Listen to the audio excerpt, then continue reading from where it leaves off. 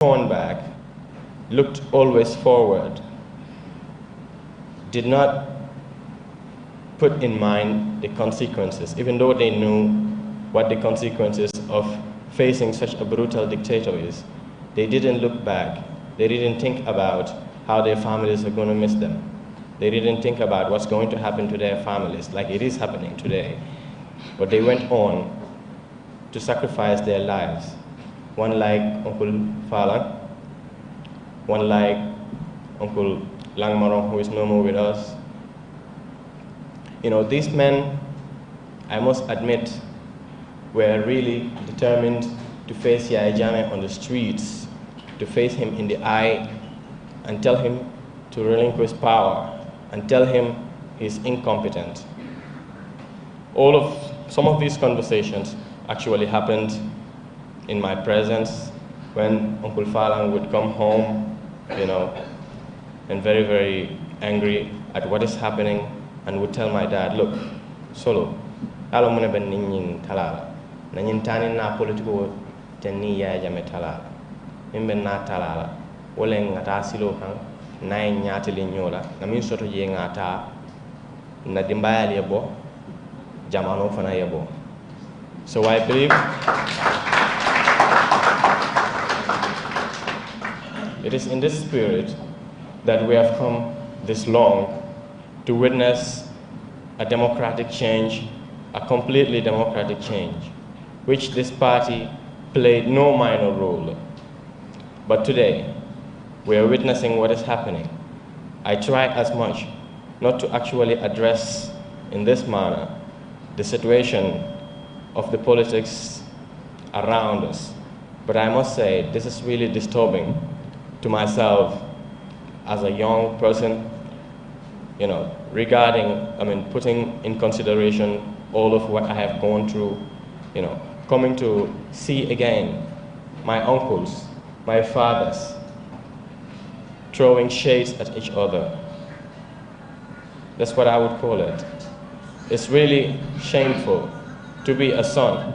And whenever I am outside there, people will actually face me, will come to me and tell me, look, what are your uncles doing? We send them to work, and they're here throwing shades at each other. I must admit that I do not in any way love what is happening in our country. I wish that we come together as we used to be, under one spirit, and push forward this propagated seed of oneness, of democracy, and of the vision of a better and a developed Gambia. We can not achieve this by pursuing personal interests in the process of administering our country in the interest of the great population. So I want to say this. I want to say that whoever reflects, whoever sees him or herself, or whichever group sees themselves as being the subject of this address of mine, should definitely reflect and reflect and reflect and think and reflect very much back in time. Times like 2006, times like 1996. I was not born by then, but my mother would tell me that,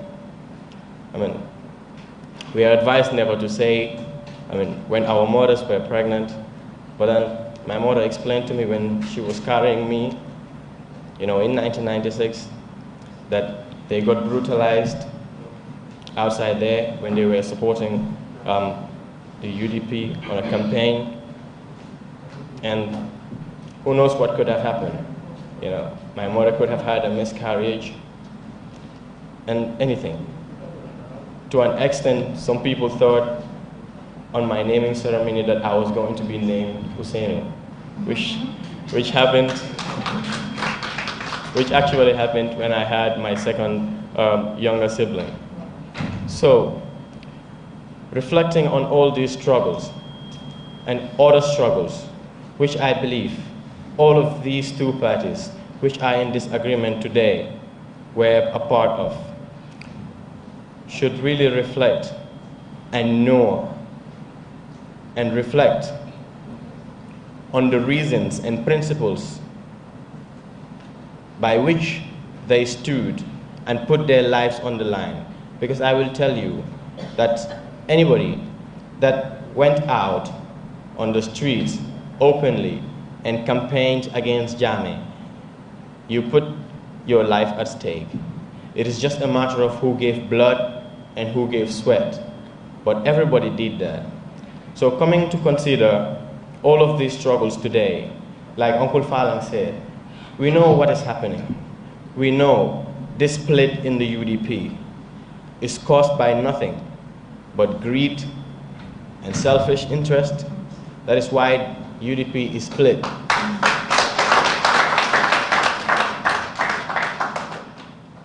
Those that left the UDP in pursuit of selfish interest should really realize that if they would continue this way, if they will continue to pursue those selfish interests, those agendas which really do not have direction and do not have meaning, but they still hide behind them and try to support them, they need to reflect and understand if really they are going to continue on this crusade of theirs, then they have thrown away 22 or more years of their lives having to be with the United Democratic Party.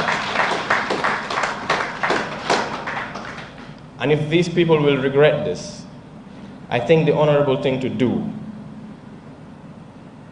is to think again and realize for themselves. And each person, whoever is part of this split, this faction, knows very well that he or she is not doing anything other than betrayal.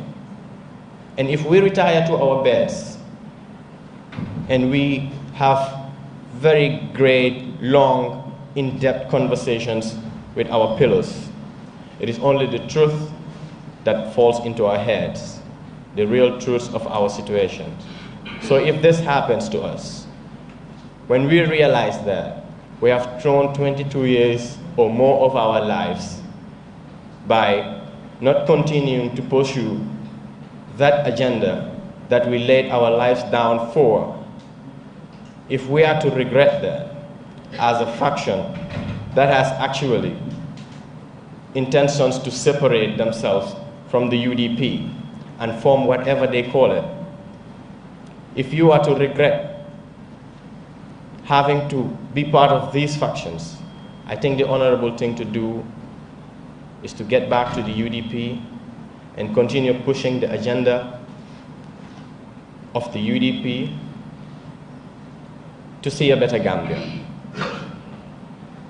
On that note, I would like to conclude my statement by saying that all of these young folks outside there that are taking the steps of following, the trend that was set by, I would not say Uncle Usenu, but I would say my grandfather, the General, Lamin Endiba. If we would follow their trends, we would remain devoted to the principles of the United Democratic Party and push its agenda. That is, if we are going to remain UDP, like we said. What I know UDP to be is UDP that runs in our bloods. I know all UDP militants to have yellow blood. So definitely, I want to conclude by also saying that if you know you are a runaway UDP, please come back to UDP. We will embrace you with open hands. Thank you.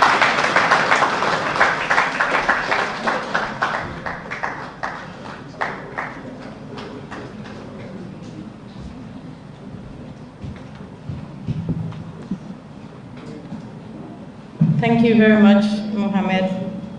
Thank you for that wonderful statement. I'm sure your father would have been absolutely very proud of you. You're growing up into a fine gentleman. Thank you.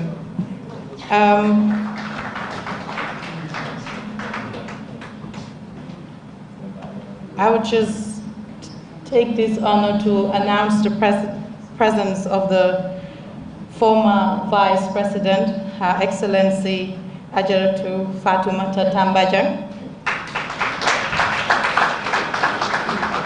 She has been with us since morning, and I think this shows us that the sacrifice Solo and his men made on that day was not only for the United Democratic Party, because we are not the only ones enjoying this freedom. They went out to liberate Gambia itself. Thank you very much, Madam Tambajang, and I will be honored if you can please come up and say a few words. Thank you.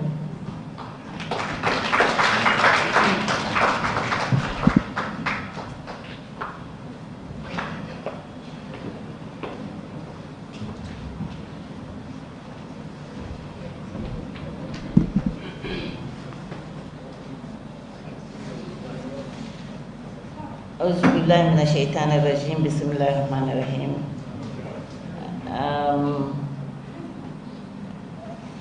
I wish to say I'm honored and very pleased to be among you today.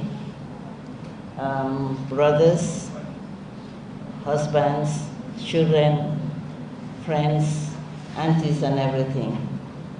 And I want to first of all singularly recognize the leader of the United Democratic Party, His Excellency Usainu Dabo,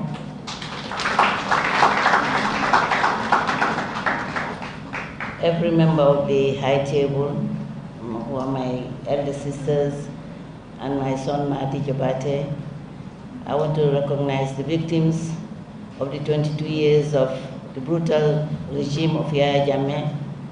I want to recognize my auntie, the president, national president of the UDP, the press media fraternity, guests, ladies and gentlemen.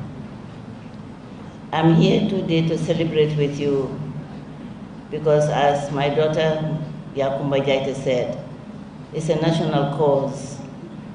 I have always believed that these young people sacrifice their lives, young and older people sacrifice their lives to liberate our country. We are happy that when somebody dies and you cry, it means you're crying to remember your own day.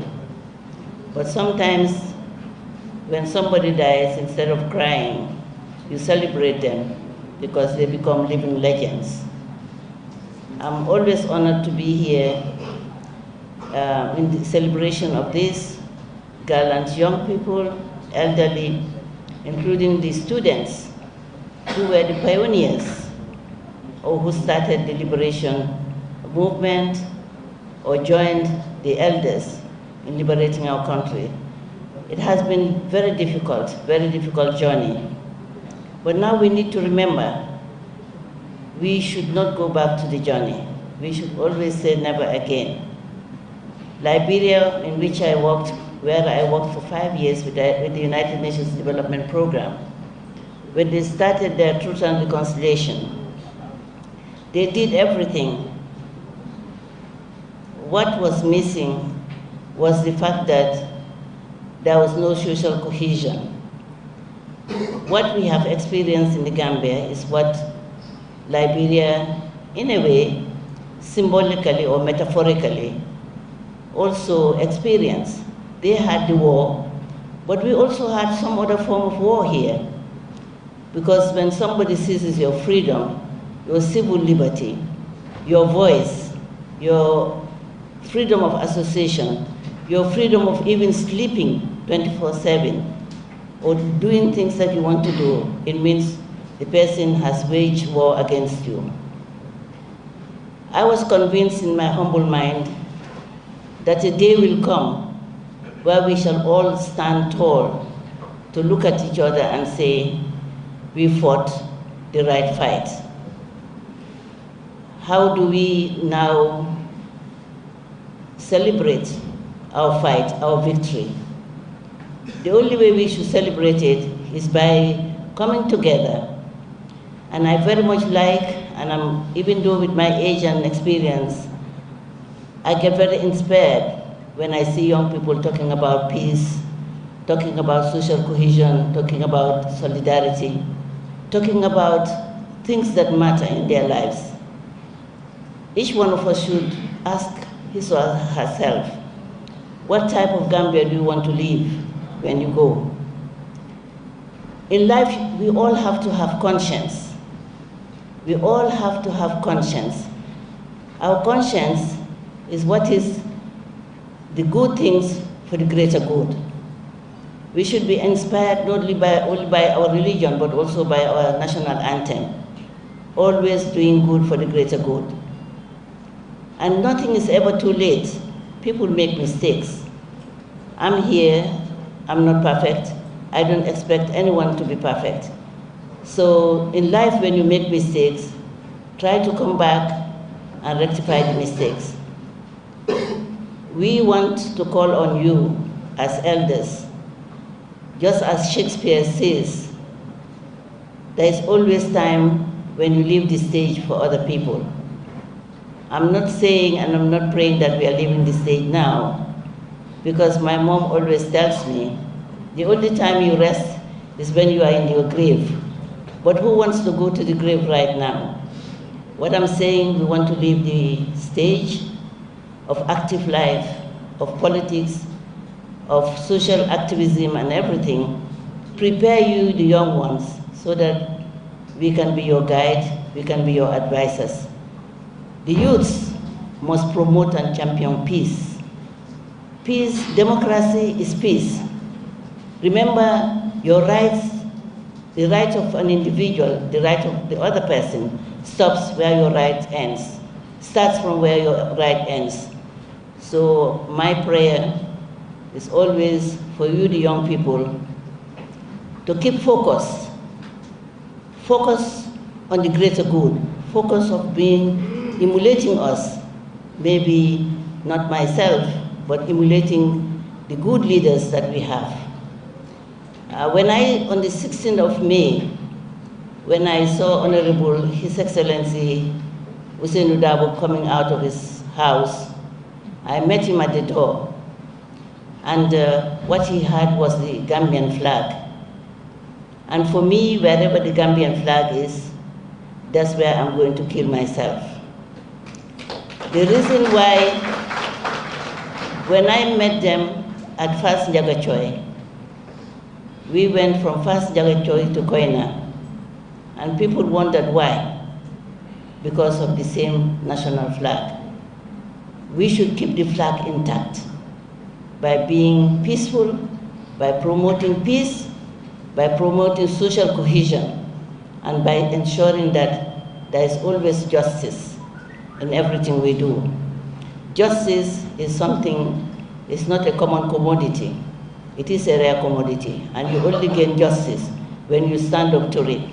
And standing up to justice for those who are the fallen heroes, we are calling on His Excellency, President Adama Barrow and his government to recognize the day as a martyr day from the Coalition 2016 perspective.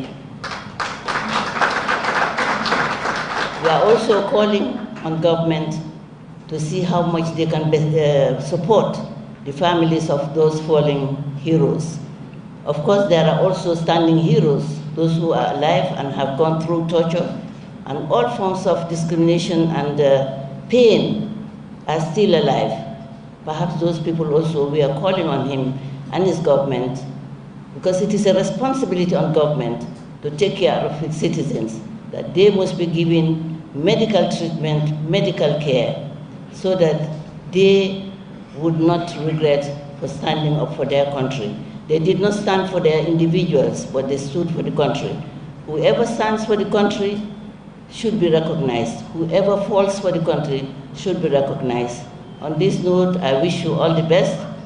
I pray that Allah subhanahu wa ta'ala grants Jannatul Firdaus of the fallen heroes, and that He continues to unite us as a people, to love us as a people, to guide us as a people, to bless us as a people, and to leave our leaders with us as long as He wants, because everything is Allah's decree.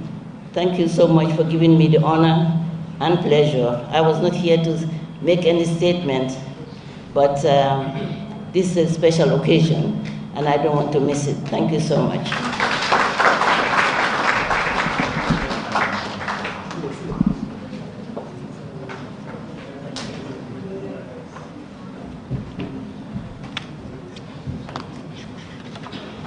Thank you very much, Your Excellency, for that wonderful statement. Indeed, the young ones are looking up to you all, and you are setting great examples for us to follow. As we, the young people, are the future of this country, it is our role, our task, I would say, to uphold the gains of our democracy, this democracy that so much effort and so much sacrifice has been put into for us to achieve. We thank you very much for your time. I would like to welcome our guest speaker, Madi Jabate. He is a civil rights activist. I don't think Madi needs much introduction.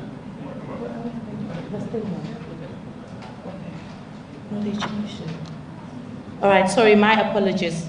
We would have, before the lecture, we would invite His Excellency Honorable Usainu Dabo, our party leader and Secretary General, to make a statement. Thank you.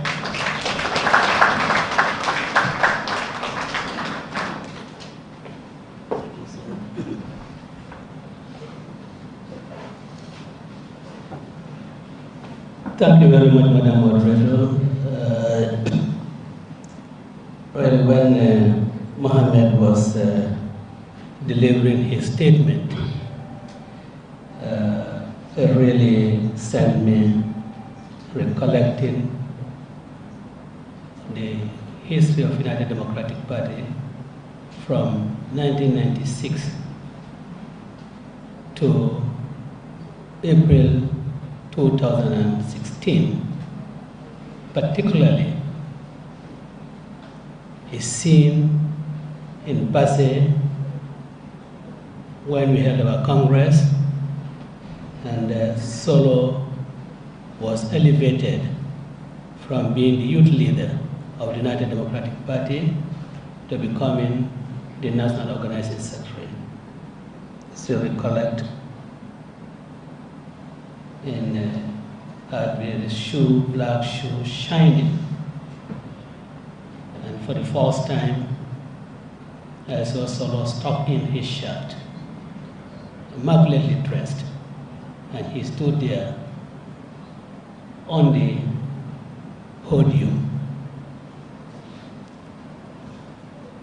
surging into the crowd that had just elected him as National Organizing Secretary, and gave his thanks to them. And I believe probably that was a moment that probably Solo decided that as National Organizing Secretary, I must cause something for the Gambia, I must do something for the Gambia. But the rest of it, I think, if not already well documented, I believe will be properly documented. And your plea, coming from a very young person who, on the founding of the United Democratic Party, was being carried by his mother in the womb, I think for us, that's very didactic, and that what you have stated here is really food for thought for all of us. But that is just by the side. And Madam Moderator, Your Excellency, Madam Fatmata Jallo Tambajang, former Vice President.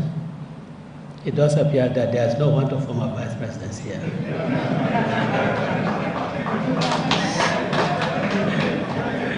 Honorable Majority Leader and members of the National Assembly here present, Lord Mayor, Mayoress of the capital city of Banjul, I think I just call Sabur Banjul,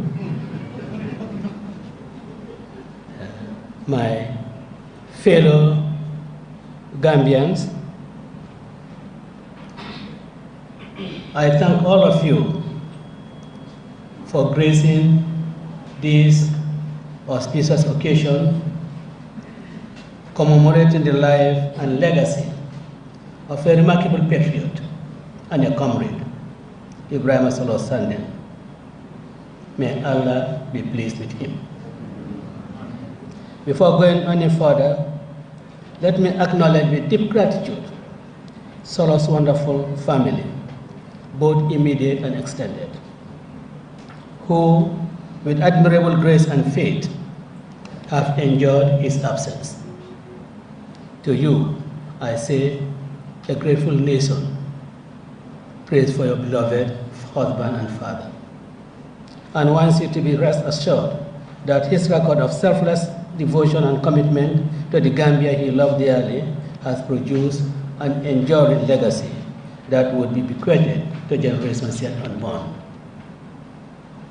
Whenever the history of our nation is written, it will be said that Ibrahim Sandin, an ordinary citizen, stood up and did his duty to his country in fighting for values he believed in, at a time when his beloved country was being oppressed under the brutal thumb of an unconstructed tyrant.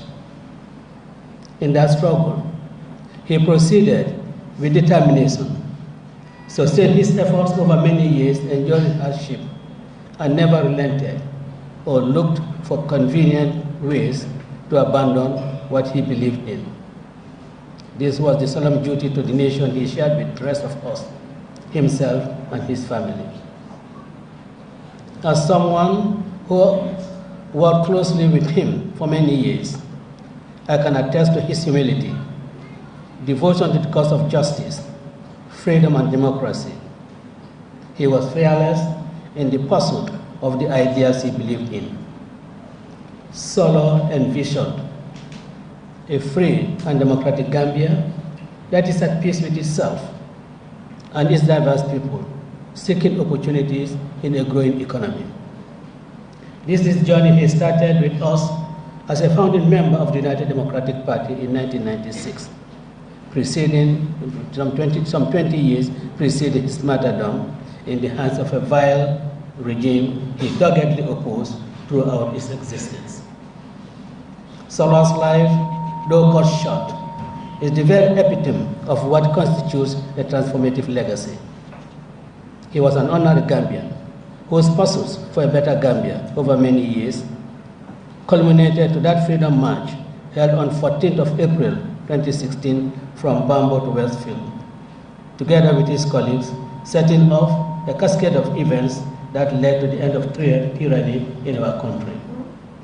Here was an ordinary man whose act of courage and faith in the promise of democracy directly resulted in a historic and transformative change called the New Gambia. Solo, with his colleagues, set out to restore democracy, and by the grace of God, their sacrifices battled a free and democratic Gambia. We are saddened that Solo is not with us to witness a free Gambia, but we take exceptional pride that he has left us an honorable legacy. We are grateful to him and all Gambians who have lost their lives in the battle to end tyranny. Their collective martyrdom imposes on those of us who value their ultimate sacrifices a responsibility to uphold the very ideals for which they paid the ultimate price. We must be cognizant of the fact that freedom in any appreciable amount is never free. It takes sacrifices to gain it, and it requires vigilance to retain it in any substantive form. Consequently, we are all grateful for the seeds of democracy that are beginning to germinate in the new Gambia. An independent judiciary, fundamental rights like freedom of speech, association, equal protection under the law are among others that are all on trajectories on the right track. We are gradually shaking up the vestiges of dictatorship in the conduct of public affairs, and for the first time in a long while, Gambians can expect a fair hearing in courts. See their elected representatives in Parliament perform their parliamentary duties without executive interference, and the area council fulfilling their constitutional roles as envisioned in our laws. We see a vigorous independent press informing and inquiring in ways that serve the public good and holding those entrusted with responsibility to account. All this help in the consolidation of democracy, the priority of most Gambians. We recognize that democracy building is a process and not an event. It requires time, the constant engagement and vigilance of the citizenry. Even mature democracies in the world with governance experiences spanning centuries are constantly trying to improve their governance systems. We must learn from their rich and diverse experiences in shaping our own nascent democracy. Rarely in history of man does a generation have an opportunity to comprehensively recast the governance system of a country for succeeding generations.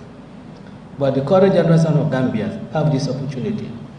We must exploit this rare and awesome opportunity with tact, care, and endeavor to lay a foundation for a functioning democracy that can stand the test of time. We must aspire for a Gambia where sovereignty resides firmly in the citizens and the rule of law is supreme, ensuring that dictatorship of whatever description never again emerges, much more less take root in the Gambia. As we enjoy the newfound freedom our citizens have collectively battled through blood, sweat, sacrifices, and prayer, we must strive even far harder to mitigate against any tendency to erode them. Democracy, a wise man once observed, is only maintained by those who are willing to do what it takes to keep it. We must therefore constantly engage our elected representatives to follow through comprehensively on the ambitious reform agenda the government has set itself to accomplish. They have so far accomplished some important ones, but there still remains other significant areas of reform that should be addressed with urgency.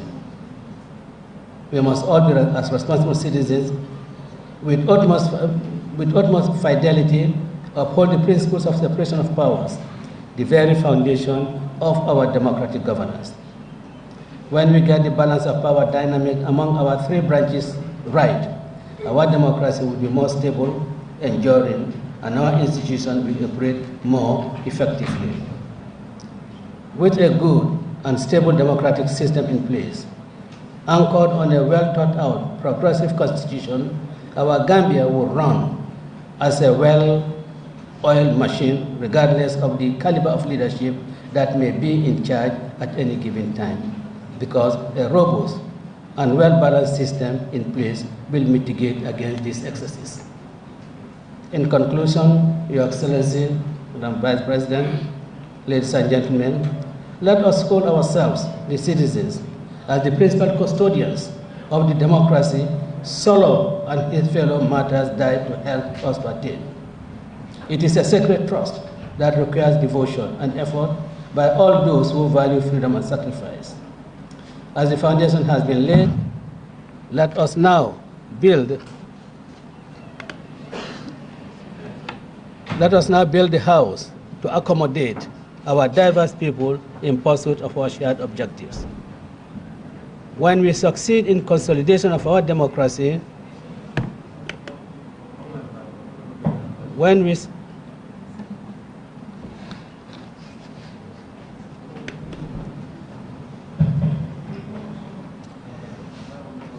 When we succeed in the consolidation of our democracy, we will deliver prosperity and happiness to our citizens. We can then with pride shine as a beacon among nations, among democratic nations. We have to be said that our small nation of 2 million people peacefully vanquished a terrible tyranny and in its place spawned a functional plural democracy. That is the duty and legacy we owe to a simple man who helped change history. His name was Ibrahim Solo Sanden.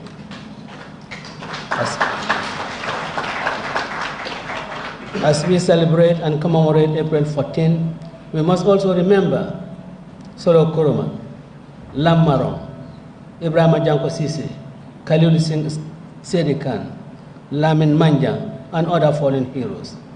May God grant them Jannah, Jannat Firdausi, and bless their families and the Gambia. I thank all of you for being here, and my gratitude to all those who are here in spirit with us. Thank you very much.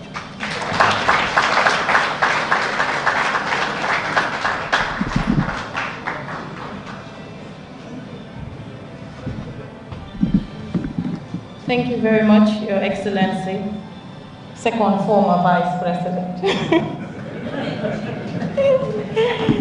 It's interesting that we have two former Vice Presidents on the high table. Thank you very much. Again, I will take this opportunity to thank you for this will be testifying, and the whole populace who will be listening to the testification that they make, and to the commissioners and the legal team. We ask that you will give us the discernment to be able to decipher between truth and falsehood.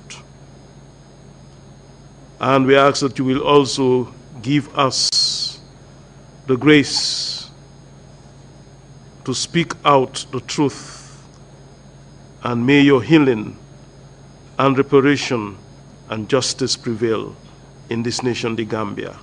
This we ask through Christ our Lord. Amen. Amen. Thank you, Bishop. May I take this opportunity to pray for you, Bishop, and all your flock, and all the Christian brethren in the Gambia and abroad, that they have a very blessed Holy Week. Thank you. Lead Counsel? Good morning, Madam Chairperson. Good morning, all protocols observed. We are ready to proceed with the next witness. Ms. Holeja Balagay would lead this witness. Thank you. Thank you very much, Lead Counsel. Okay. Horeja, you have the floor. Good morning, Madam Deputy Chair. Good morning, Commissioners. Good morning to you all. Can I ask that the witness be brought in? Thank you.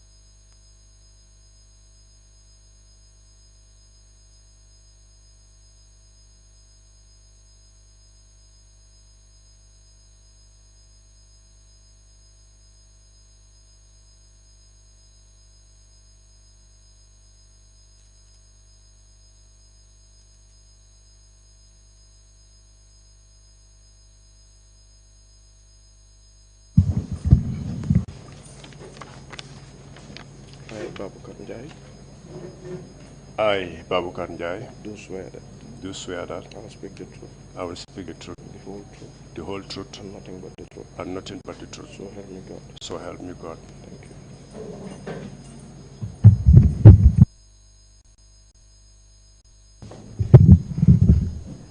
Good morning, Mr. Njai. Please take a seat.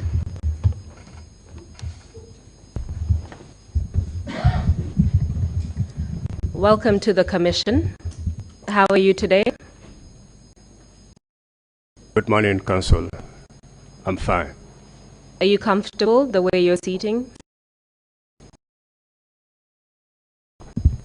Yes, I'm comfortable. Very well. As you know, my name is Horeja Balagay. We have met a few times. I will be the one leading your testimony today, asking you questions on behalf of the commissioners. As we have told you on several occasions during interviews with the investigators, you're expected to tell the truth, the whole truth, and lying to the commission is an offense. Do you understand that? All right, Ma, I understood. So you understand that providing incomplete information that could mislead the commission would be an offense. Yes, Counsel, I understood. And that similarly providing false information would be an offense under the TRRC statute, the TRRC Act of 2017. Do you understand that? I understood, Counsel. Prior to coming here, you were informed that allegations have been made against you, and you were served with a notice of adverse mention. Is that correct? That's correct. And in response to that notice of adverse mention, you provided a response and you signed that statement. Is that correct? That's correct. So let's begin. My objective today is to ask you some preliminary questions about your biographical information. So your personal details, as well as your educational and professional background. Thereafter, we will address some of the allegations made against you. Well, we will address all allegations made against you, mainly in relation to 3 incidents. First of all, the torture of security detainees at Mile 2 Central Prisons on or about the 6th of September, 1994. Thereafter, we will address the allegation made against you in relation to November 11th, 1994. And by that, I'm referring to the events at Yundum Barracks, events at Fajara Barracks, as well as the events at the Forest. I will also address the issue of civilians who were tortured by members of then Vice Chairman Sana Sabally's convoy. Lastly, we will conclude with your arrest and detention. Do you understand that? I understood, Counsel. Another issue for you to bear in mind is a few housekeeping rules regarding your testimony today.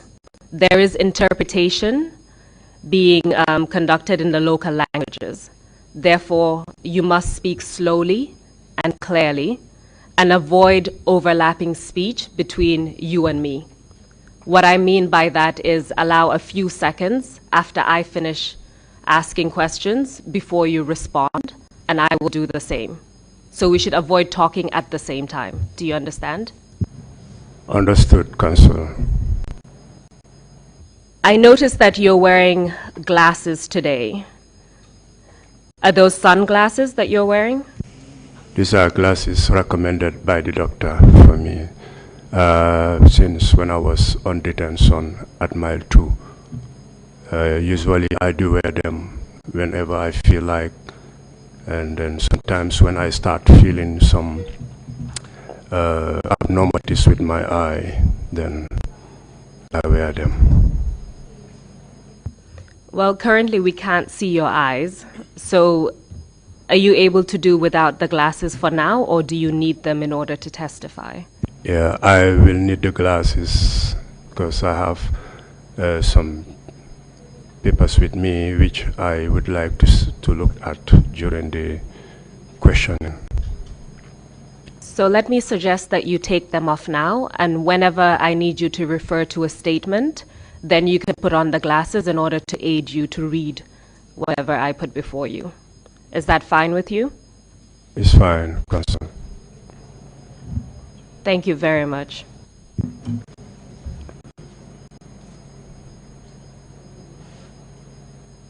So, Mr. Njai, let's begin with your name. Can you state your full name for the record?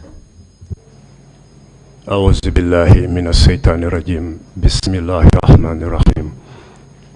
Good morning, Commissioner. Good morning, councils. Good morning, members of the audience. My name is Babukar Njai.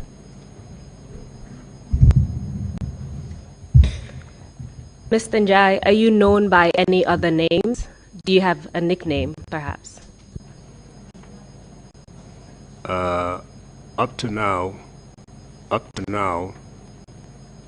some soldiers do call me the chap, or others. It was from the TRC that I had the name Jai Ponkal constantly being called to me. Otherwise, up to now, the name that I was being called, which by some soldiers, is the chap. So if I understand you correctly, Dicheb as well as Njai Ponkal are names that have been used to refer to you, correct? Specifically with Njai Ponkal was not a name which soldiers know me of. Njai Ponkal was a name given to me by Alaji Kanyi. Alaji Kanyi was my senior. He was one of my section commanders at that time in Yundum in 1992. Because I was active in sports at that time, and also I do heavyweight lifting. So that was why he used to call me this name. And in fact, I remember that time he was the only one who called me this name, Ponkal. He doesn't call me Jai Ponkal, he called me Ponkal. You know, like when I come from the gym to the company line area, when he look at me at a distance, you hear him shouting at me, you know, Ponkal, Ponkal.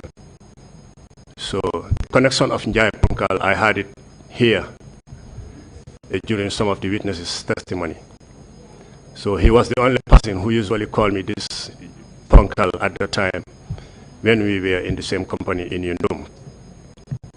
So, but mainly the name that's not all soldiers, but soldiers who are used to me, you know, are the ones who normally call me the chap. And in fact, that name was not a famous name. No, this name was called to me by few soldiers, like I said, soldiers who I am friends with and who are very close to me. Thank you for that explanation. So just so we're clear, when soldiers refer to Njai Ponkal or Dicheb, they're referring to you, correct? Yes, Consul. Can you tell us your date and place of birth? I was born on the 13th of June, 1972 in Kaur. Tell us a bit about your educational background. When and where did you go to school? I started my schooling in Kaur Primary in 1980. From there, I come down to Josman Primary up to 1984, then proceeded to Bagot Primary. Then from there, started the common entrance examination. From there, I proceeded to Sukuta Secondary up to 1990. So upon completing Sukuta Secondary in 1990, what did you do next? After my Form 4, I was doing a petty trading, which was created by my stepfather. You know, upon hearing the recruit army selection, I went in and succeeded. I underwent all the different process of selection. I was finally shortlisted and given an appointment letter to report to Farafenni training depot for training. So you enlisted into the Gambia National Army, is that correct? Yes, Consul. Do you recall your enlistment date? On the 7th of May, 1990. What was your intake number? 14. 14? 14, yes, Consul. So you started telling us about the training that you received when you joined the Army. You mentioned Farafenni. Tell us a bit about the trainings you received and the promotions you had in the Army up until your present current position. In 1990, on the 7th of May 1990 was the day we started our basic recruit training. This training was supposed to last for 4 months. But at that time, we had the British military training team who were stationed at Yundum. One of them was Sami Joselos. Usually at that time, Sami Joselos will come to Farafenni training depot every month once to assess our level of training. And then at the time he came and then feel that our performance was not satisfactory. So as a result, we were back squatted for 2 months, a period of 6 months in total that we spent during our training. Then after 6 months training, we came down to Yundum barracks in preparation for our final, our passing out parade. I could not specifically remember the month that we passed out, but when we passed out at Yundum, I was posted at Bravo Company.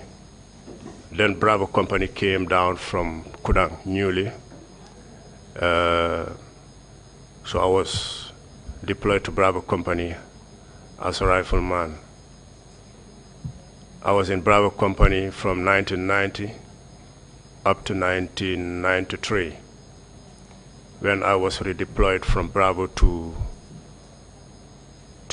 admin company to be an orderly and at the same time a close protection to Lieutenant Colonel Odu. Lieutenant Colonel Odu was one of the NATAC Lieutenant Colonel who was the battalion commander in Yundum. So I was his orderly from 1993 up to July 22nd, 1994.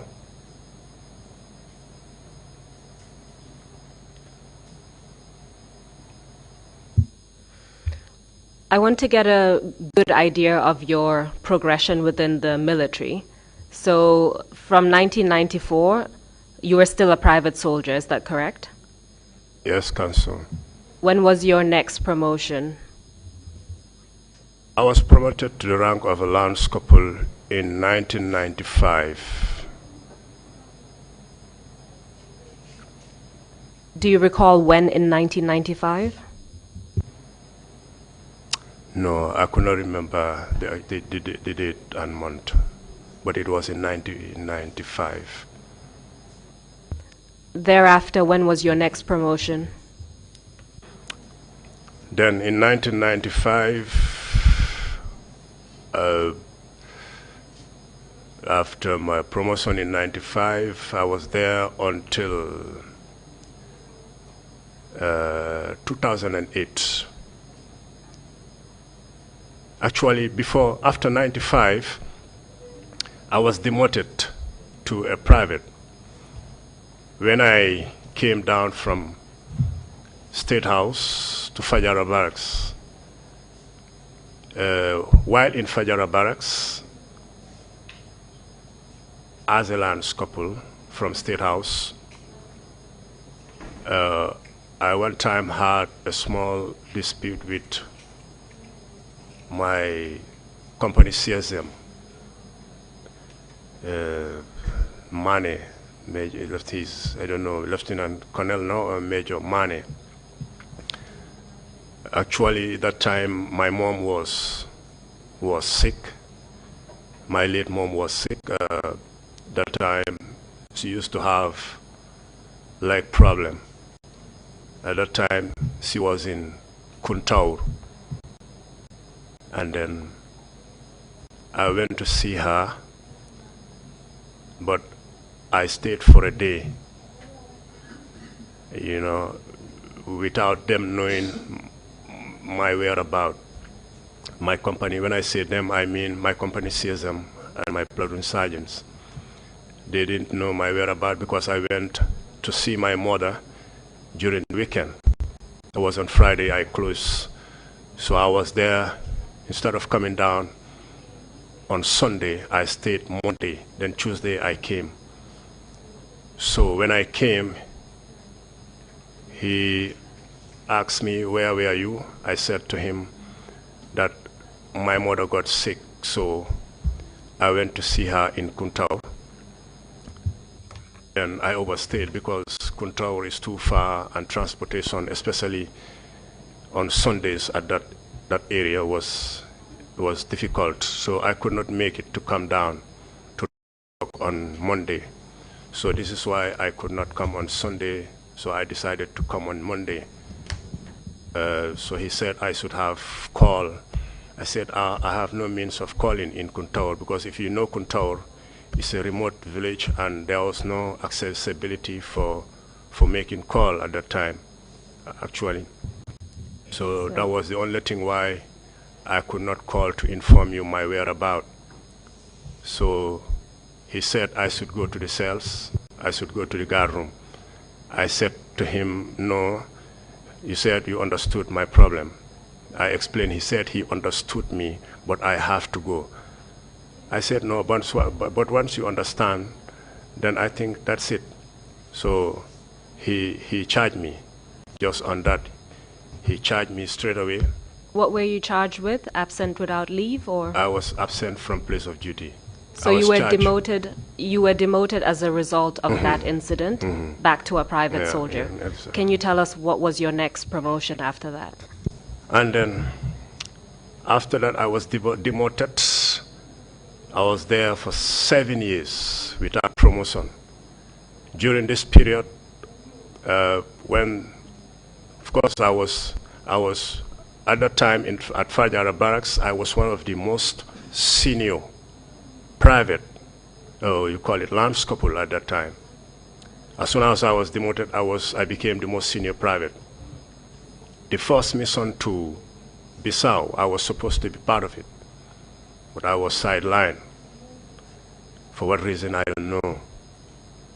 So what I'm trying to understand is, after you were demoted back to a private, when did you become a lance corporal again? After 7 years, I was still a private.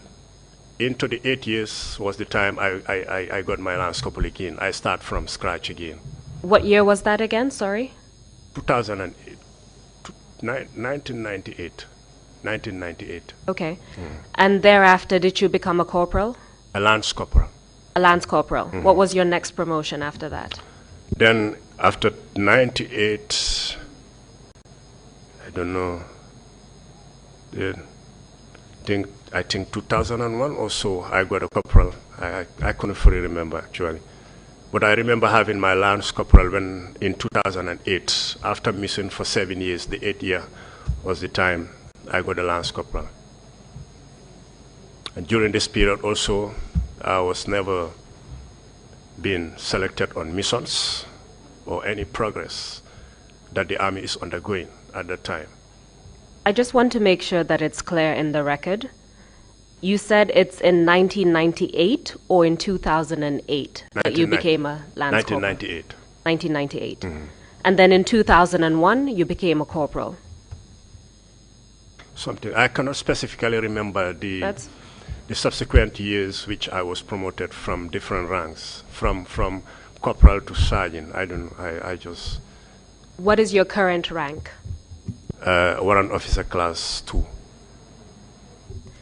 Do you recall when you became a warrant officer class 2? Yeah, I was promoted to the ranks of warrant officer class 2 in 2015.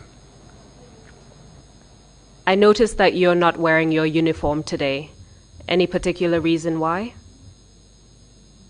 I did not wear my uniform because I feel comfortable to be the way I am. Very well. On previous occasions, you were wearing your uniform, so it's different to see you in civilian clothes. You look quite different. Yes, Counsel. Okay, so let's go back to 1994, when you were a private soldier. In July 1994, were you based at Yundum Barracks? Yes, Counsel. After the coup, and I'm referring to the 22nd July 1994 coup d'etat, were you assigned to any particular individual to serve as an orderly? Like I said, I was an orderly and a close protection to the then battalion commander, Colonel Odu. From 1993 up to 1994, the day of the coup d'etat itself, I still became an orderly and close protection to Odu. In fact, can you help us with something? We listened to the testimony of Mr. Modu Lamin Ba, and based on his testimony, he was an orderly to Lieutenant Colonel Odu until 1994. Were you both orderlies at the same time? Yes, ma. And you were an orderly until the coup d'etat itself, or were you relieved of your post before that? I was an orderly until the coup d'etat itself. So thank you for that clarification. What I'm trying to get at now is, after you served as an orderly for Lieutenant Colonel Odu, the coup d'etat took place. Were you then assigned as an orderly to someone else? The day of the coup d'etat, I was not assigned to any person as an orderly. I'm trying to find out if after the coup d'etat. After the coup d'etat. Yes, Counsel. Who were you assigned to? I was assigned as an orderly and close protection to the then Vice Chairman, Sana Sabally. Do you recall when you were assigned to that position? No, actually, I could not recall the actual month. Perhaps in relation to the coup d'etat, was it within a few days, within a few weeks, or within a few months? Weeks. It was few weeks, because the day of the coup d'etat, when I was asked by Edward Singate to escort. When we arrived at the Denton Bridge, I was asked by Edward Singate to escort Samsidine Sarr to Radio Gambia that he's going to make an announcement that soldiers have taken over the country. So when I went there with Samsidine left me at Radio Gambia. Then I assumed responsibility for the security of Radio Gambia and escorting the Radio Gambia staffs when they are coming on duty and when they are going on off duty, when they close. I was there for 2 weeks. Into the third week, when I returned back to Yundum, was the time I got the information that I was called at the State House by Sana Sabally. So that must have been early August 1994, when you were assigned as an orderly to then Vice Chairman Sana Sabally, correct? You're correct, Counsel. As an orderly to the Vice Chairman Sana Sabally, what was your responsibility? What was your role at the time?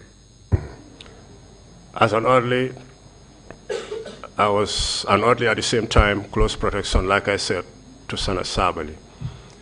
My duty as an orderly was to take care of his combat boots only. For the uniforms, we are taken care by the wife. So I make sure that his boots are well taken care of. So apart from taking care of his boots, did you have any other responsibility as an orderly? At the same time, after the orderly, I was a close protection, ensuring that his security, he is safe as far as security is concerned. Did that entail going to places with him?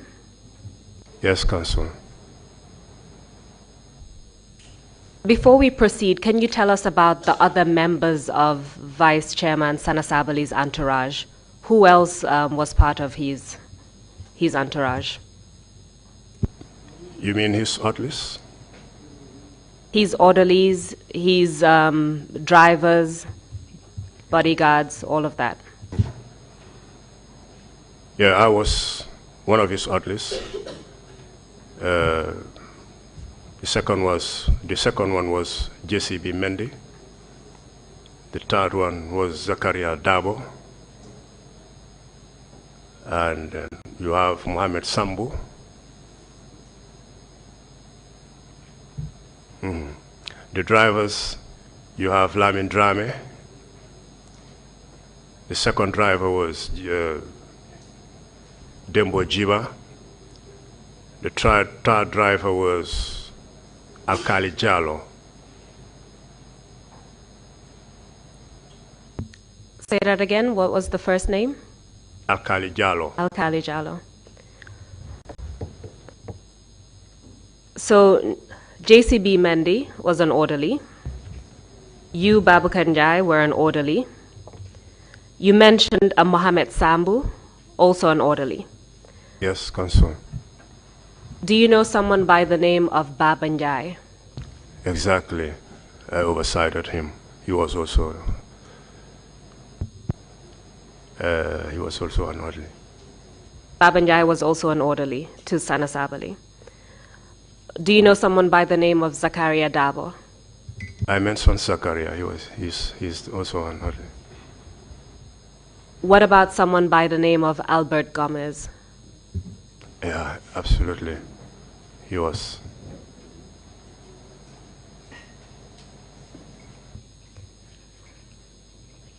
So you've mentioned the orderlies and the drivers.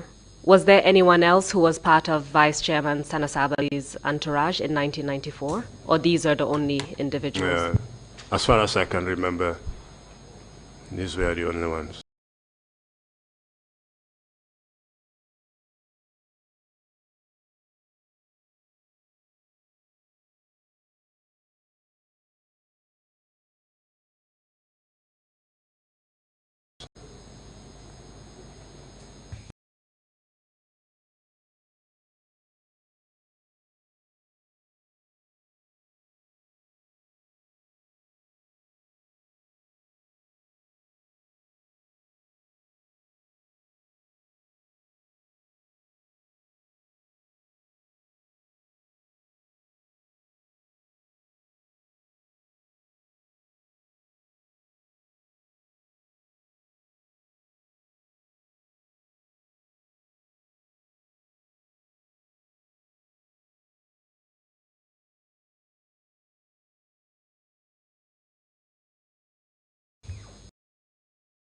We are taken care of by the wife, that is ironing them, starching them, whatever.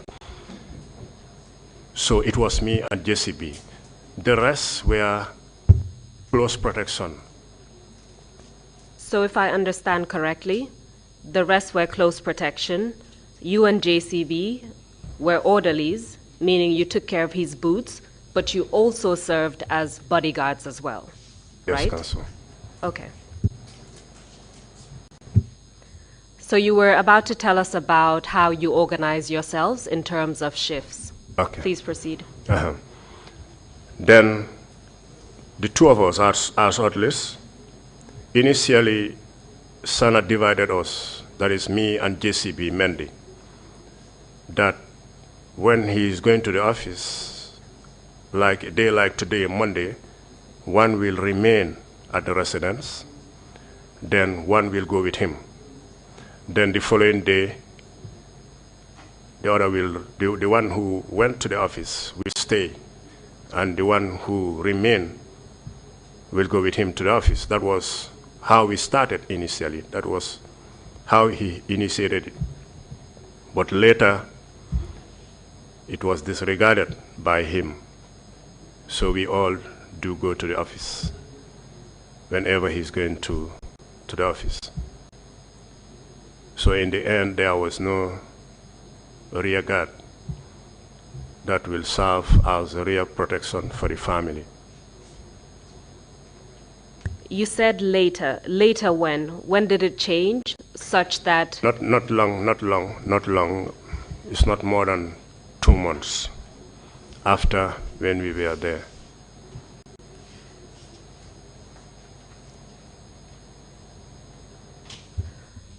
So let's focus on the initial period.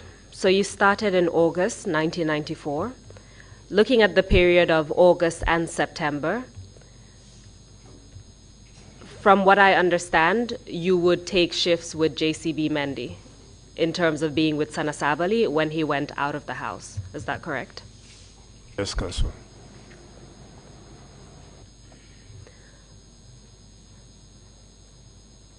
Did that change when it came to actual operations? It changes sometimes. Like, it was not specific to say, you know, we all should be going with him whenever he's going out. You know, sometimes he doesn't observe those things to say who will go and who will stay. This was within us. This was between me and JCB. Sometimes I will go when JCB stays. Sometimes JCB will go whilst I stay. So let me focus your attention on an incident in relation to the Mile 2 Central Prison. Do you recall going to Mile 2 Central Prison while you were Vice Chairman Sana Sabally's orderly in 1994? Yes, Council. So tell us about that, starting from the beginning. How did you come to make that trip to Mile 2, and what happened when you got there? It was one evening that while we were at the Vice President's or the former Vice Chairman's residence in Fajaro, we were asked to go, or Sana asked us to go with him. Initially, we did not know where we were going. We went along with Edward Singate, Yankuba Toure, and Sadibu Haider with their orderlies and close protection. Because can we list all the names of the individuals that you recall? Tell us their names as well as their ranks. You mean the close protections and the orderlies? Yes, precisely. I was there, Babukar Njai,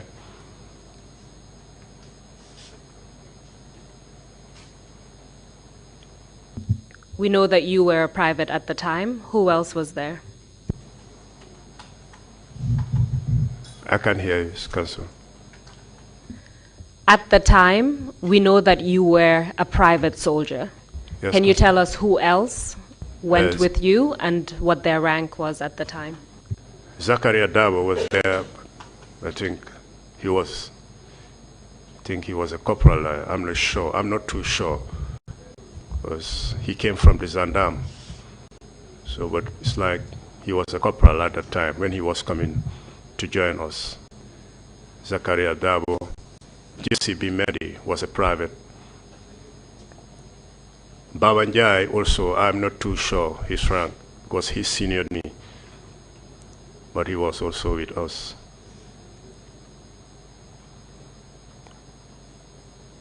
Babanjai. Yes, tell us about everyone else who was there, so the orderlies of the other council members. Sadibu Hydra was there. One of his orderly by the name Lamarana Barry was there. Mustafa Suso was there. Sorry, repeat that name. Something Suso? Suso, I don't know. Something, I forgot the first name anyway, but the last name is Suso. Does the name Al-Fuseni sound? Exactly. Al-Fuseni. Al-Fuseni Suso. Al-Fuseni. Continue. Mm-hmm.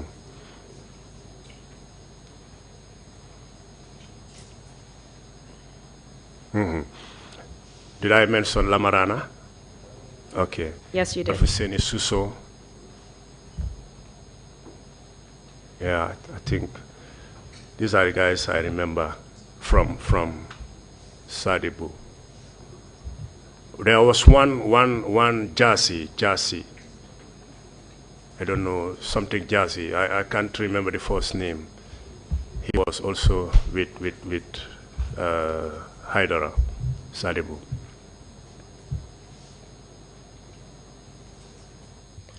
Who was with Edward Sinyate?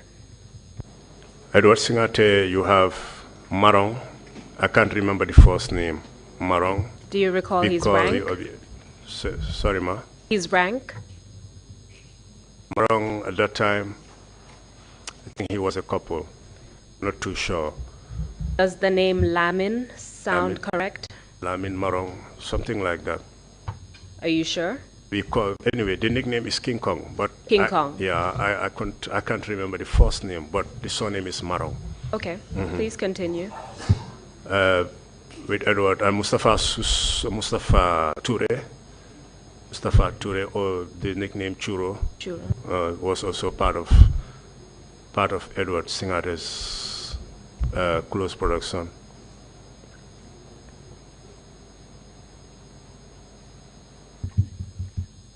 What about Yankuba Toure? Who was with him that night? Yankuba Toure, Jali Musa Sow was one of them. Jali Musa Sow. Sambaba was one of them.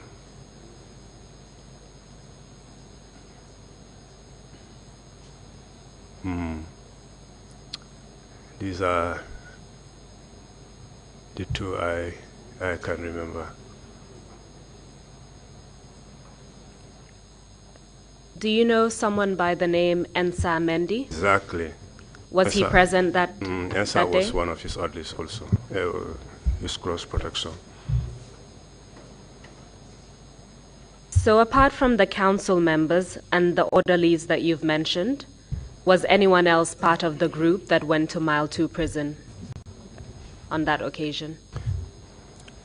You know, this was at night, and it was difficult to try to see those who were there, actually, the actual people who were there. But as far as I can remember, the orderlies were there, and any other foreign body apart from us, I could not definitely remember. Apart from the council members, was there any other senior officer present that night?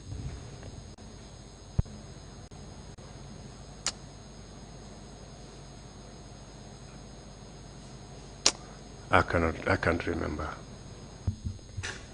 Do you know someone by the name Peter Sinyate? Exactly. Was he present that night? He was there. Did he come on his own, or was he with someone else? Sorry? Did he have an orderly, for instance? Peter, at that time, no idea. Okay, so this is the group that went to Mile 2 at the time. Can you tell us how this trip came about? You started to tell us that you were asked to go to Mile 2. Tell us in detail who told you about where you were going and why you were going there. Actually, when we were going, we were not told as to where we were going until when we suddenly saw ourselves branching into Mile 2 Central Prison. That was the time we knew that we were going to Mile 2. Do you recall around what time that was? This was in the night, like after 10 to 11, something like that, 10 onwards. So very late at night? Not very late, not very, very late. This was around 10, after 10. Do you recall the date of that event? No concern. Was it within a few weeks or months after you became an orderly to Sana Sabally? Months, few months after I became an orderly to Sana. The testimonies that we have heard put it at the 6th of September 1994. Does that sound correct to you? That's correct. Thank you. Tell us what happened upon your arrival at Mile 2 that night. Upon our arrival at Mile 2 that night, the gates were opened by the prison warders of Mile 2. Then we went straight to confinement number 5. We started at number 5. When we were about to enter confinement number 5, the doors were opened by the prison warders. Who do you recall from the prison wardens who was present? No, I don't know them much. I don't know these prison officers. But I remember that the doors were opened by the prison warders. But because I don't know them, the actual person I don't know. Before you continue, were you armed that night? Yes, Counsel. What type of weapons were you carrying? Your group, that is. I know of mine, but like I was carrying a PGL, but the rest. Say that again. PGL. PGL. What does that stand for? A portable grenade launcher. Can you describe the weapon? This weapon is like an AK-47, but it has a slight difference with the AK-47 because underneath the barrel of the rifle, it has a launcher.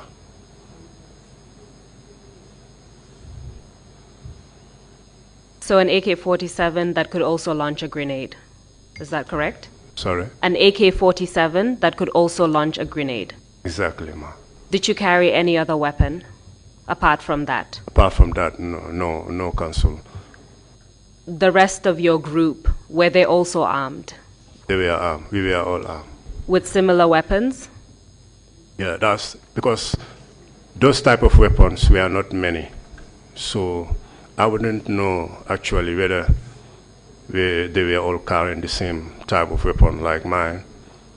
But I know for myself, I was carrying that PGL. Okay, so the cells were open, or the wing was open?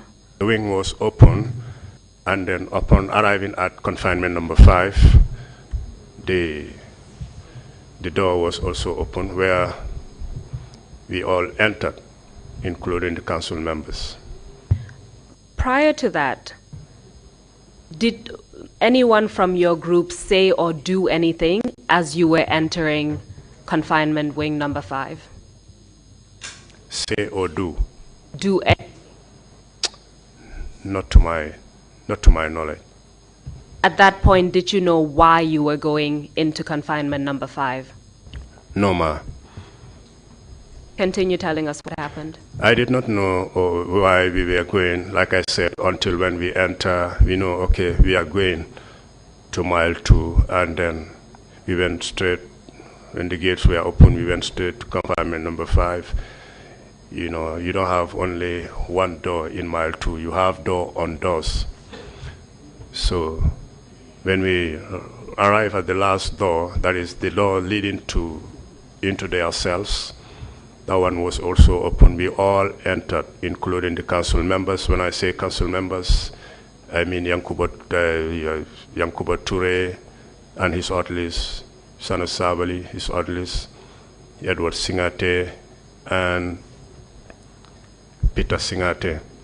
So when we all entered, then the council members, I said, Sana Sabally, Edward Singate, Yankubo Toure, said that the prison warders should open their cell doors, that the detainees should be moved out from their cells to confinement number 1, which they did. Sorry, who moved the detainees? I was one of those who moved the detainees together. So, step by step, tell us exactly what you did. Actually, when these cells door were open, we were asked by the council members to move them whilst they stood beside us and watch. To move who? The detainees in their cells. Which detainees? The security detainees. Give us some names. People like Chongan. Which Chongan? Chongan. I think it's Ibrahim Chongan. Mama Cham. I remember him. What is his current rank? He's a general. His current rank is a general in the army. Who else? And quite a lot of them. I can't remember all, but I remember Chongan, I remember Mama Cham. Yes. So tell us exactly what you did. When we received the instructions from Sana Sabally, specifically, that we should move them to confinement number 1, maximum security, which we did. Now, when these cell doors were open, some of them don't want to come out from their cells. In fact, some of them have to sit flat on the ground. Then we drag them. I personally dragged one of them. I could not remember actually who, because this was an order. And whilst the council members were just standing right behind us, watching.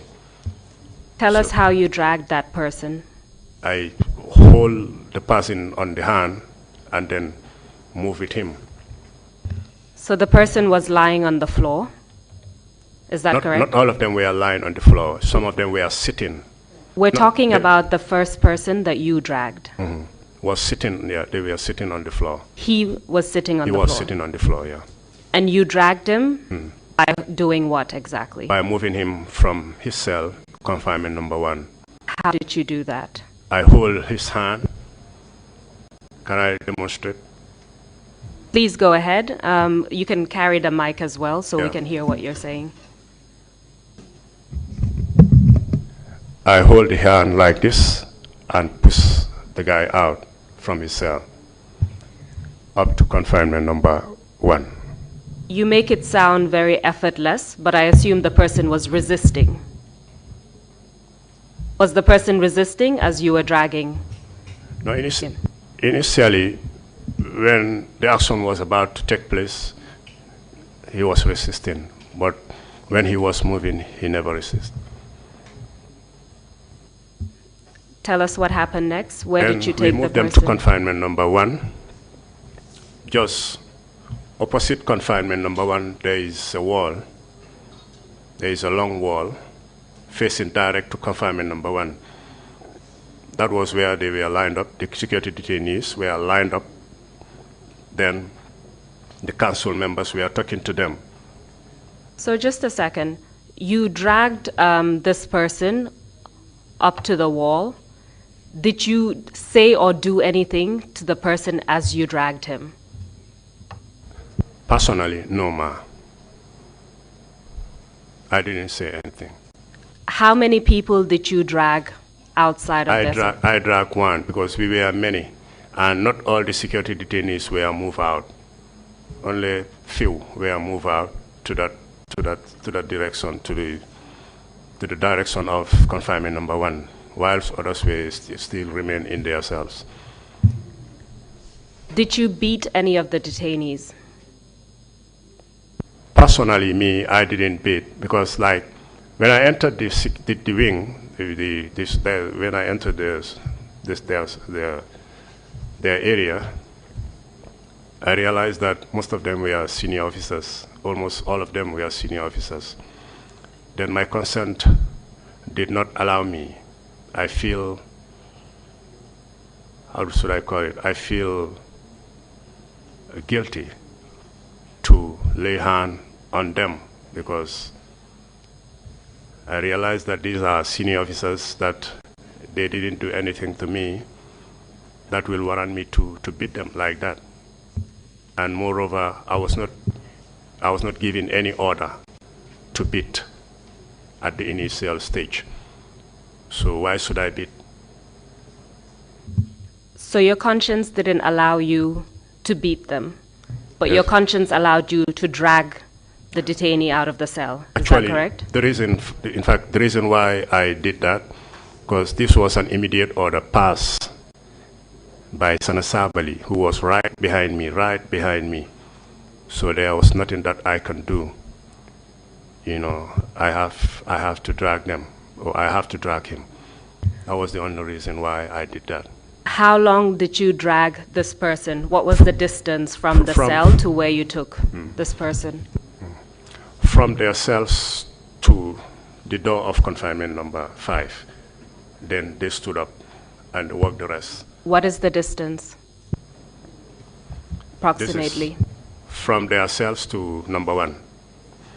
Yes. Like 75 meters. 75 meters? Something like that, approximately, yeah. What was the ground like, the ground that you dragged this person on? This was a cement floor. So dragging someone on the cement floor for about 75 meters, did you injure the person? It could be. You said that your conscience didn't allow you to beat any of the detainees. Did you insult any of them? Say again? Did you insult any of the detainees? No, ma. Like I said, these are senior officers, you know. They didn't do anything to me that will earn or cause me to insult, just like that. So I didn't insult anyone. Because insulting any of them would have been going above and beyond the order that you were given, which was to drag them out of the cells, correct? That's correct, Counsel. So if any of the detainees said that you insulted them, they would be lying. Is that your testimony? As far as I can fully remember, I was not that type of person. And soldiers watching at me right now can attest to that. I am not praising myself right here, but I want to say that I was one of the most disciplined soldiers in the army up to now. If what I'm saying is true, the soldiers out there can bear me witness. So I don't talk much. I always reserve my consent.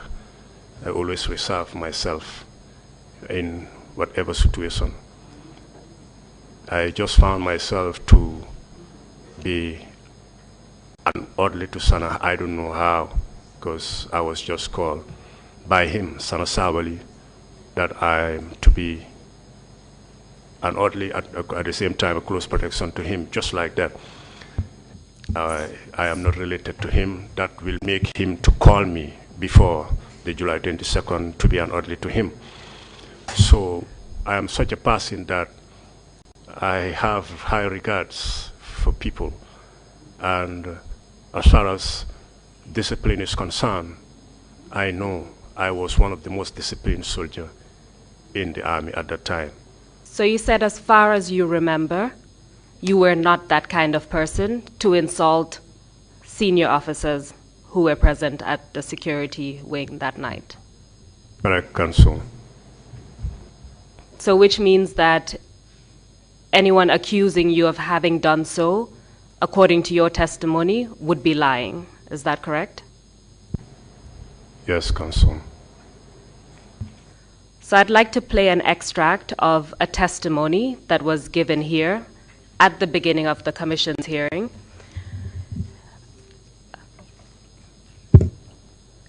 I request that the OV van plays the testimony of Ibrahim Chongan. You have the relevant extract, so if you could please bring it up and play the video with sound. Can you please increase the sound, because we can't hear?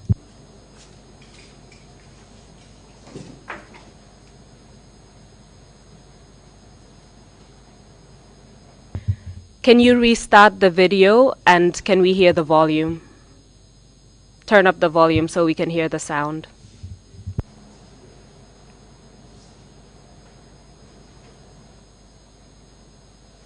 We can't hear the sound. Can you replay the video and increase the volume?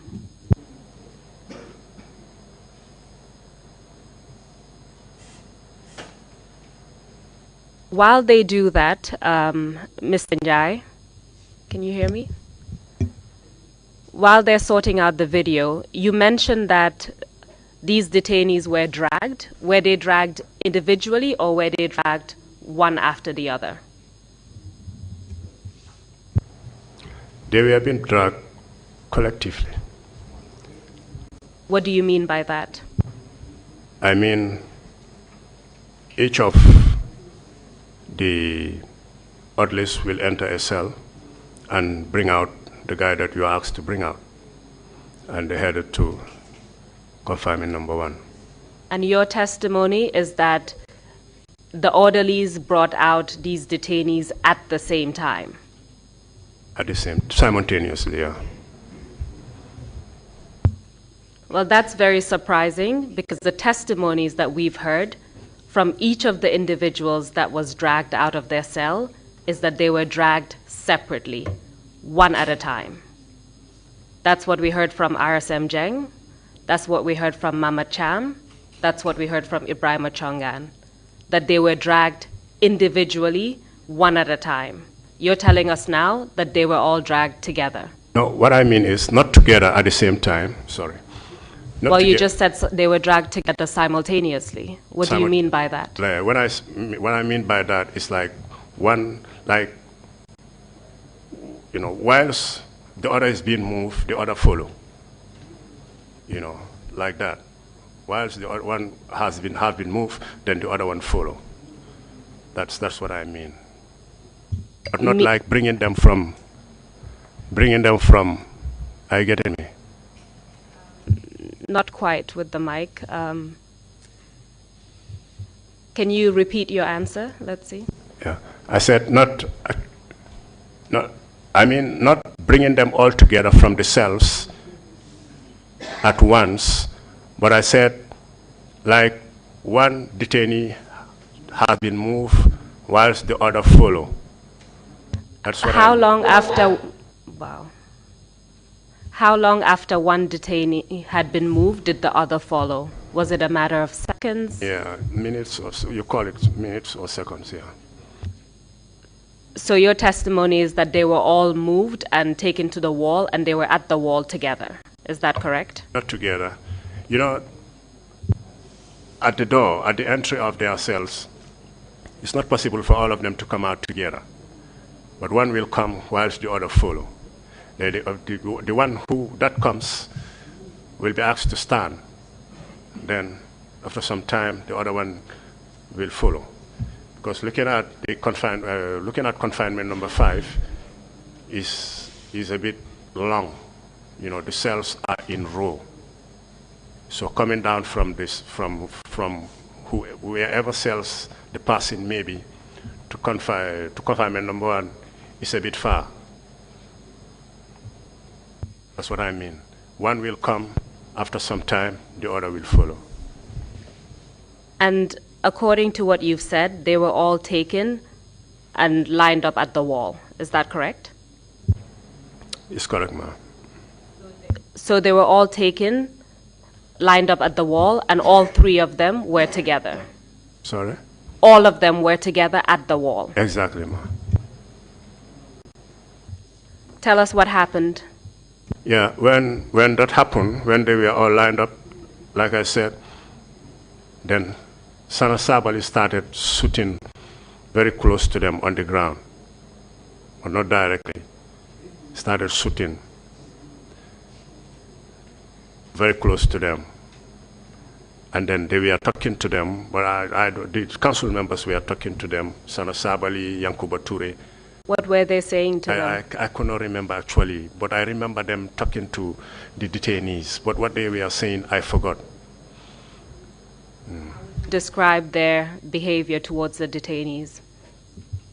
Yeah, their behavior towards the detainees at that time was like they were trying to scare them. They were scaring them, you know, by telling them big words. Such as?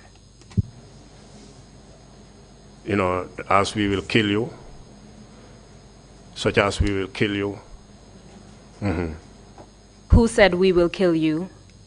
That's what I said. Like, I can't remember, but I remember Sana and Yankuba Toure talking to them, actually. Sana and Yankuba Toure. Apart from the two of them, did anyone else talk to the detainees at that point? At that time, I cannot remember. So continue telling us. Then we were there until when they were ready, the council members. Then they were asked by the prison warders to return them back to their cells. Let's still focus on what happened at the wall. So you said that Sana Sabally and Yankuba Toure were scaring the detainees, saying words such as, "We will kill you." Did they do anything to the detainees at that time, apart from what they said? If there is anything like torturing, if there was going to be anything done to them, we'll be torturing. But as far as my memory can serve me, I can't remember them being tortured, you know, because this is a long time, like I said. But I can't remember. I remember them being assembled behind the wall facing confinement number 1 while they were talking to them. And then Sana was, you know, shooting indirectly very close to them. There was no casualty, neither injury. And then I remember Sana and Yankuba talking to them. I think this was not mentioned in my statement, but I remember somebody putting a pistol in the mouth of one of the detainees. I cannot remember actually the guy. But there was nothing. Who put a pistol in whose mouth? Yeah, it's like Yankuba Toure. Put a pistol in whose mouth? Yeah, like one of the detainees. I can't remember the actual detainee, because we heard testimony from Mr. Ibrahim Chongan that someone put a pistol in his mouth. Does that sound? Something like, because Chongan, I did not know Chongan before. I came to know him when I joined them at the central prison, when I was also under detention. That was the time I came to know Chongan. But your testimony is that Yankuba Toure put a pistol in the mouth of one of the detainees. Something like that. I'm not very much. Can you tell us what he was doing? I'm not very much sure on that, but I remember one of the council members putting a pistol on the mouth of one of the detainees. But the actual person is what has kept my mind. I can't exactly. If it is Chongan, then that's it. But you know, at the time, I don't know Chongan. I came to know Chongan when I was in Mile 2 also. I just want to make sure your testimony is clear. So the person in whose mouth the pistol was shoved could have been Ibrahim Chongan, but you're not too sure. Yes, ma'am. However, the person who shoved the pistol into his mouth was Yankuba Toure, according to your testimony. Something like that. Can you tell us what he was doing when he shoved the pistol into the detainee's mouth? Like, Did he do or say anything when he put the pistol in the mouth of? Yeah, that's what I said. Him and Sabally, we are talking to them, but like what they were saying actually is what I could not remember now. But I remember them talking to them. So you've told us that these detainees were dragged from their cells. They were intimidated as council members scared them, saying words to the effect, "We will kill you." Yankuba Toure pointed a pistol in the mouth of one of the detainees, possibly Mr. Ibrahim Chongan. Did they do anything else to the detainees? That's what I said. Like, if there was going to be anything, would be torture. Like, but I can't remember any of them being tortured. The question is, was there or was there not any beating of the detainees? No, there was no beating.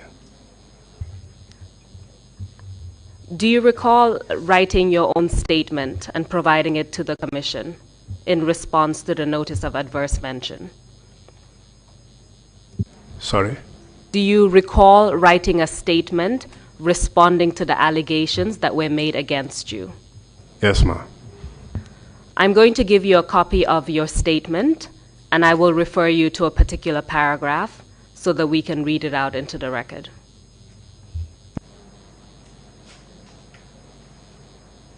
I will give you the original version of the statement. Please take a look and let me know if that is the statement that you signed.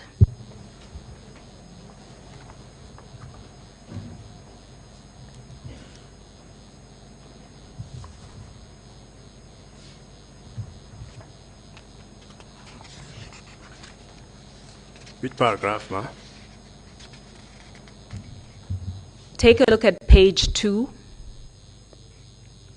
Look at the second paragraph of page 2.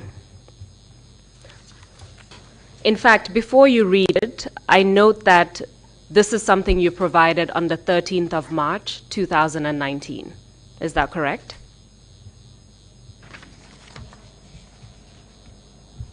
Yes, correct. And you have signed the statement on the last page. Is that correct?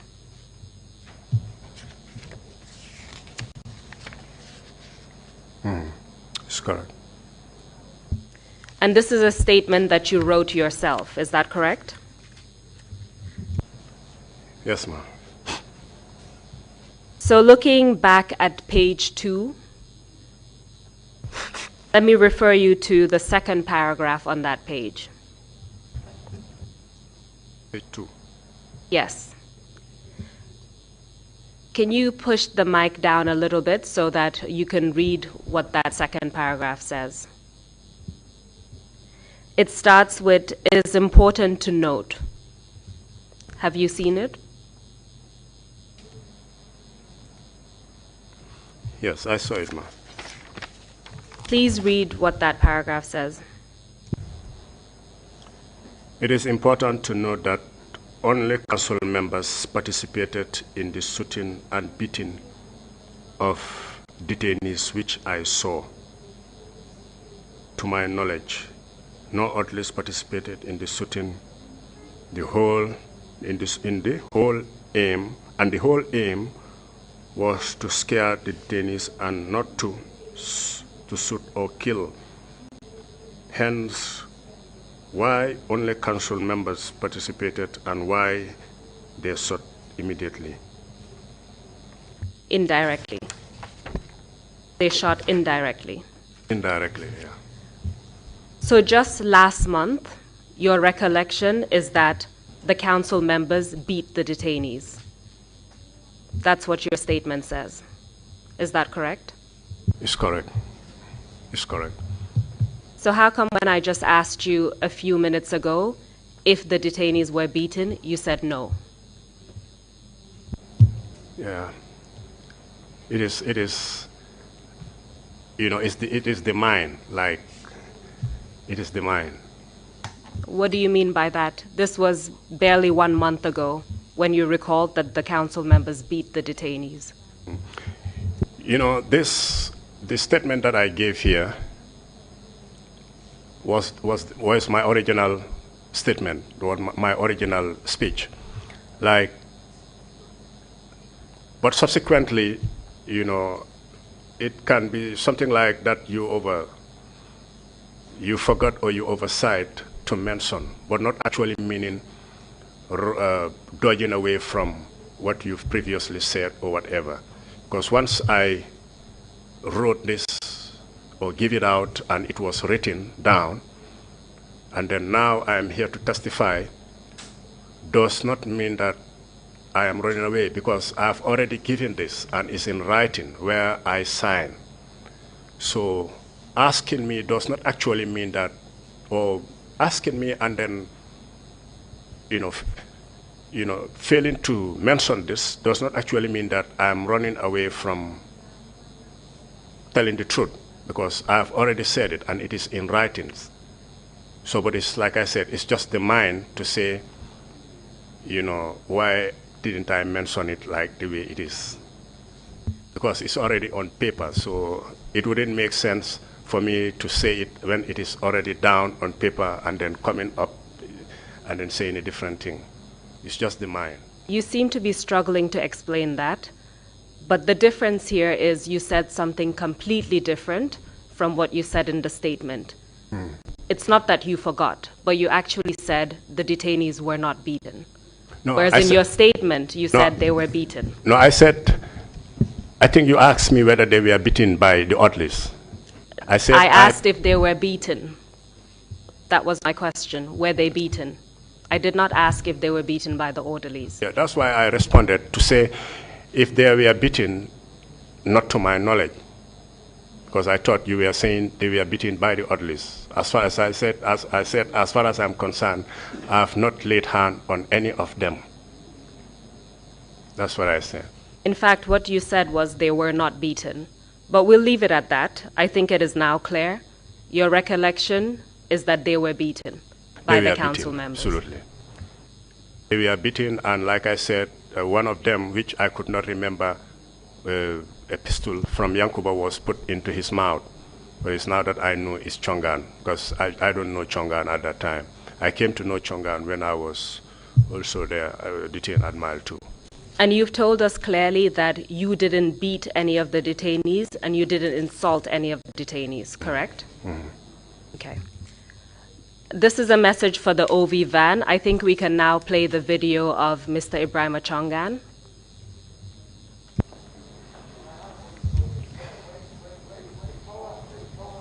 Can you increase the volume?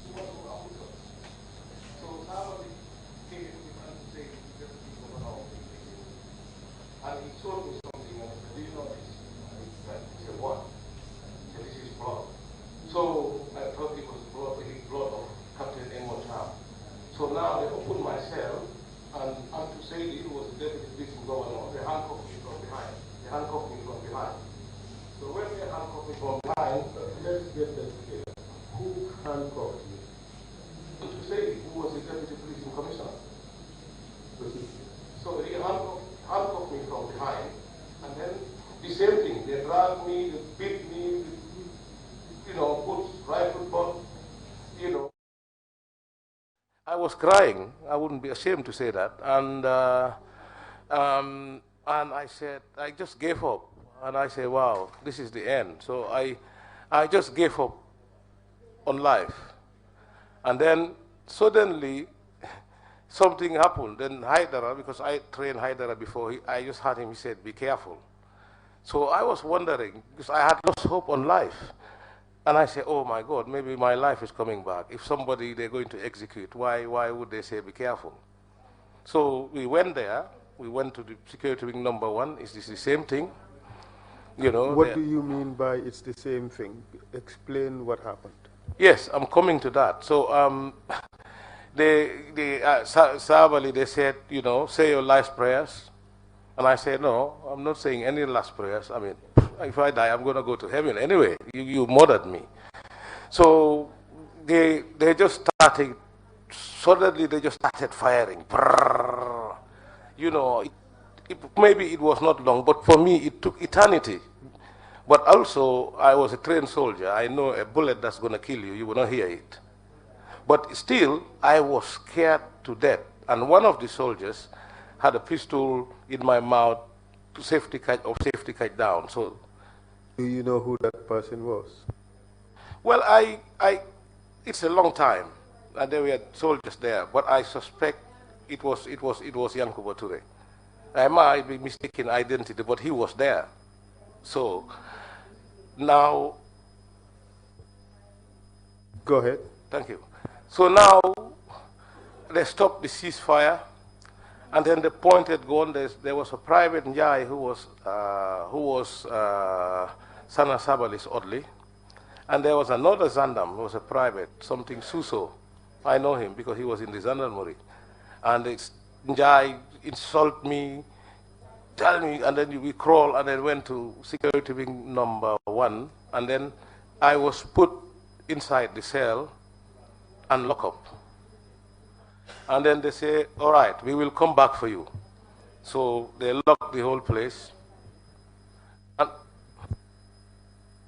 at this stage, did you know what had happened to your other colleagues, apart from the fact that they were beaten? No, but after they dragged me and took me to the cell, I had a hope that maybe they went through the same thing, but they were not executed. But so now I'm in my cell after what looks like eternity, and I said, Captain Cham, he has a name, they call him Muhammad Betty. So I said, Captain Cham, is anybody here? And then Captain Cham, it took like ages, and then he turned around and said, Chongs, and automatically said, are we safe? And then I said, well, Captain Cham, I don't know, in Wolof. Who was he referring to when he said chunks? Oh, yeah. Counsel, but I want to swear by the Quran that I started with before my testimony. Like I said, I didn't know Chongan until the time I was at detention. I was taken to Mile 2 on detention also. It has seized me by surprise to hear this from him, because I didn't know him either, and he didn't know me. In fact, I came to know Chongan when I was there, like I said, and Chongan was one of my closest friends whilst we were there. Him, Mama Cham, Kambi, and Sirif Gomez, if they are listening to me. So it has seized me by surprise for him mentioning my name as to I insulted. I swear to the Holy Quran, and I will swear again, that I am not those type of soldiers who easily insult. Soldiers are watching at me right now, and they know what I am saying. If I am capable of that, they know. If I am not capable of that, they know. But I am not that type of soldier, or those type of soldiers who freely speak to people anyhow. Chongan, like I said, these were my superiors. So, you know, without anything, I cannot just come and see him and then just insult him. For what reason? Why? Why should I do it? Why? Because you were in a position of power, and he was no, weak I was at the not. time. I was not in the position of power, because I was just an orderly under close protection. So Chongan was a detainee. Chongan was a detainee, yes, Consul. But that doesn't mean that I should do whatever I feel like without an order. So why would Chongan say that you insulted him if you did not? That's what doubts me. Wallahi, billahi. This is what doubts me. Because, like I said, Chongan doesn't know me. And then, if I did anything bad to Chongan, I don't think Chongan would have accepted me when I was there. Because from my cell, it was direct to their cells. You know, Chongan at that time, when he do prepare that breakfast, that morning breakfast, you know, he was the one who usually gave me some. And I think if I would have done anything bad to Chongan at that time, he was not going to appreciate me to the extent of, I think at confinement number 1 within Sana's Odlis, I was the only person who was very close to them when we were all there eventually.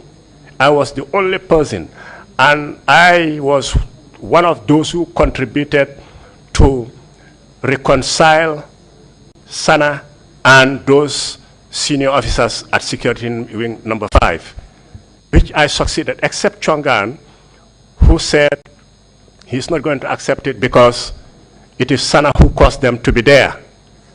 But the rest, accepted the reconciliation, and then that was where it is.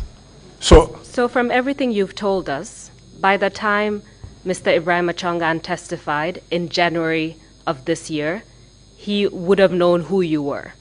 So he identified you clearly as the person who insulted him on the 6th of September 1994. Why would he say that you did it if you did not? That is what doubts me. Because why should I insult him? What did he do to me that will warrant me to this day to insult him just like that? Just like that. Like I said, even their removal from the cells to number 1 was just on order. But me alone, I was not bold enough to do it without order. So it has seized me by surprise for him mentioning my name that I insulted him. Out of what? Out of what?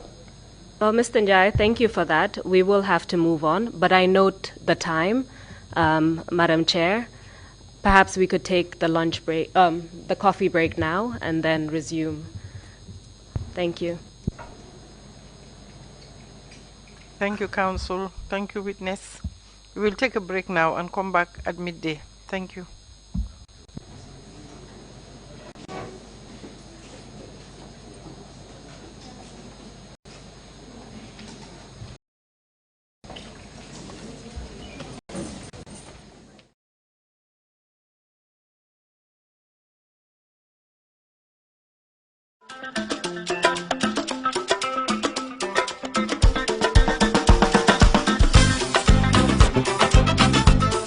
Nijaay saako maalo bi jeex na te diwlin bi jeex na dama am pour dem marché.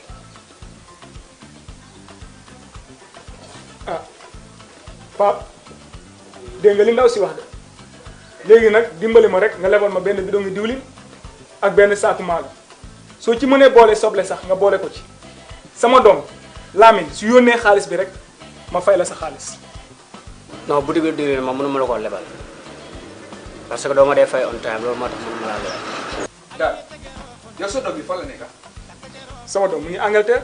Angleterre daal xanaa yoo yëgloo ba lu service ku ko am fu waay mun a nekk si àdduna bi mën na laa yónnee ndugg si nu gaaw te amul benn jafe-jafe amul ne réew bi dafa po te xoolal soble diwlin maalo pompiteer ak li ñu mel sooy yegg baluwo.com di nga ko am gis nga ku bëgg a jëfandikoo baluwo service bi dugal sa Play Store nga type baluwo.com downloadal app bi nga jëfandikoo ko ci nu mu gën a gaawee